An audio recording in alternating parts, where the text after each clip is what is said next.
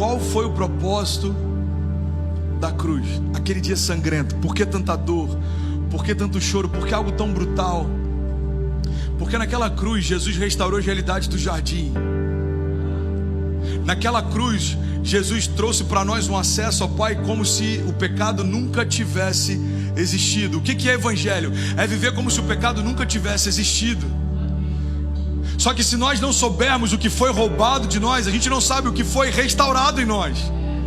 E é por isso que tem muita gente que carrega a própria vida de Deus dentro de si e ainda está achando que é na força do braço que vai conseguir prover. Irmão, não é a força do teu braço que provê sobre você, é o Deus da provisão que mantém você de pé. Enquanto eu não sei que foi restaurado em minha autoridade, eu estou esperando que um cargo diga quem eu sou. Um cargo não diz o que eu sou, no máximo fala a respeito daquilo que eu faço. Então a cruz restaurou o que o pecado removeu. A cruz restaurou provisão, proteção, identidade e propósito. Você pode declarar isso comigo? Diga: a cruz restaurou provisão, proteção, identidade e propósito.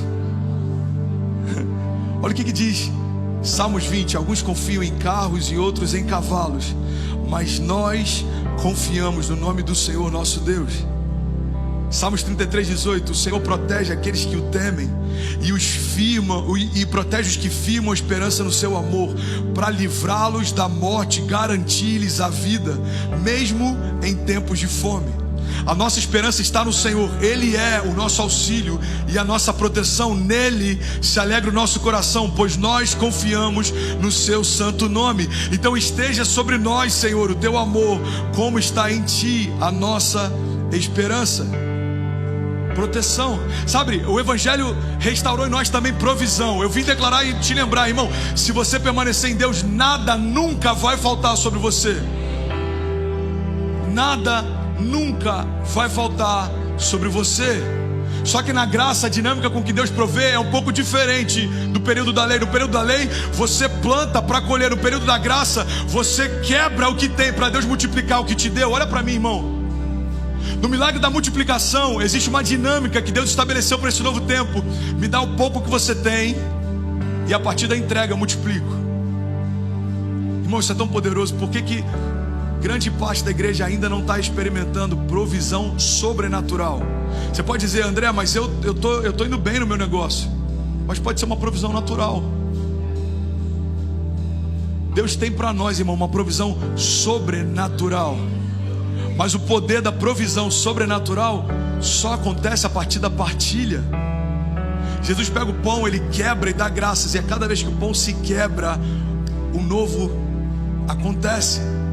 Deus dá graças, Jesus dá graças, ele quebra o pão e multiplica. Ele quebra o pão e multiplica. Ele quebra o pão e multiplica. Por que eu estou falando disso? Eu senti de compartilhar. Pode fazer sentido para algum de nós nessa manhã.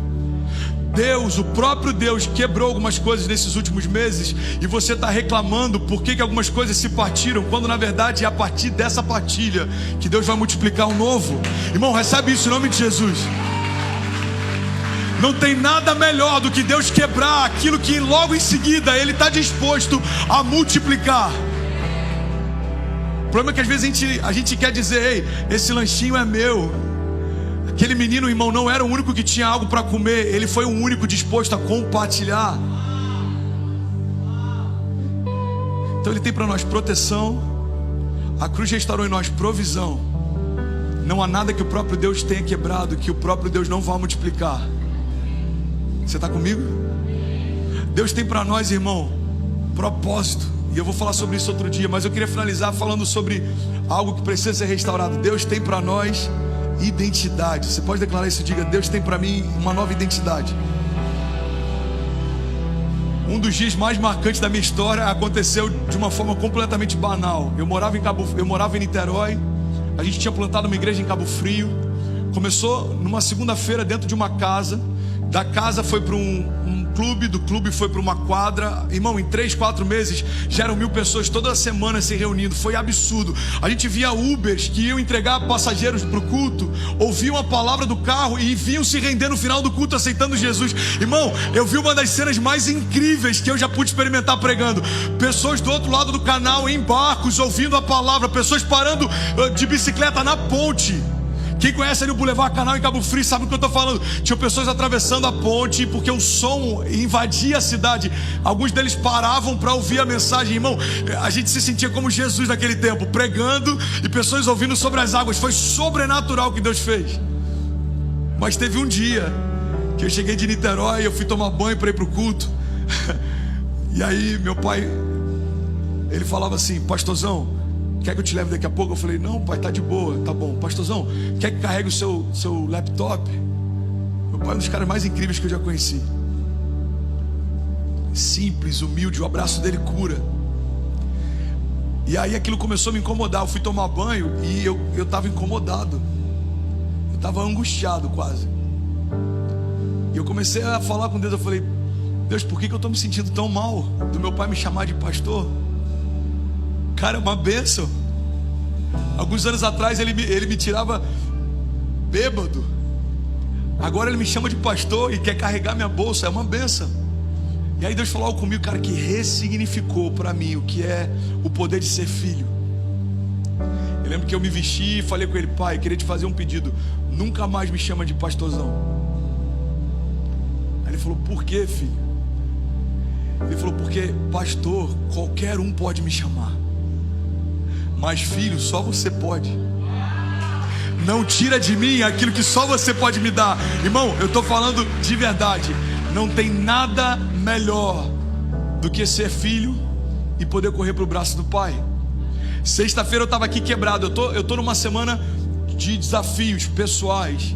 Nenhum problema, mas desafios. Eu estou cansado essa semana, literalmente, humanamente falando, eu estou bem cansado.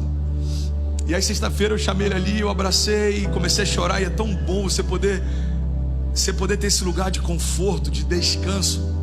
Seja ele natural, irmão, para você que ainda tem o seu pai, ou seja ele sobrenatural. Mas a cruz restaurou o acesso. A cruz restaurou o acesso. Antes da cruz, só um sumo sacerdote entrava no Santo dos Santos, onde a glória de Deus se manifestava. Depois da cruz, qualquer um de nós podemos entrar com ousadia nesse lugar. Irmão, o colo do Pai está acessível de novo por causa do sangue de Jesus. O único Filho de Deus se tornou homem para que todos os homens pudessem se tornar de novo Filho de Deus. É isso que resume esse domingo. A boa notícia é que Jesus ressuscitou não é só pela alegria do Messias vivo de novo, mas é pela notícia de que o acesso também foi restaurado. Você tem um colo para correr, você tem um pai para recorrer, você tem um nome gravado em você. Quando Deus escreve o nome, no nosso nome no livro da vida, não é o nome que seus pais te deram, é o nome que Ele te deu. Você sabia que na eternidade Ele vai chamar do nome que Ele te deu? A gente nomeia os nossos filhos, mas antes de você dar um nome ao teu filho, Deus já chamava ele pelo próprio nome. E é esse nome que Ele está chamando alguns de nós nesse tempo. Meu pai me chama de André, Deus me chama talvez de um outro nome que eu só vou conhecer lá. E é isso que eu acho incrível, irmão. É isso que eu acho incrível. Eu vou finalizar aqui. Eu queria chamar meu pai para a gente orar. Vem cá, paizão, vem cá. É isso que eu acho incrível. Porque a religião vai sempre falar para você se limpar antes de vir. O inferno vai sempre te chamar pelo teu pecado, mas Deus, mesmo conhecendo o teu pecado, sempre te chama pelo nome. Uai, seu app de vídeos curtos.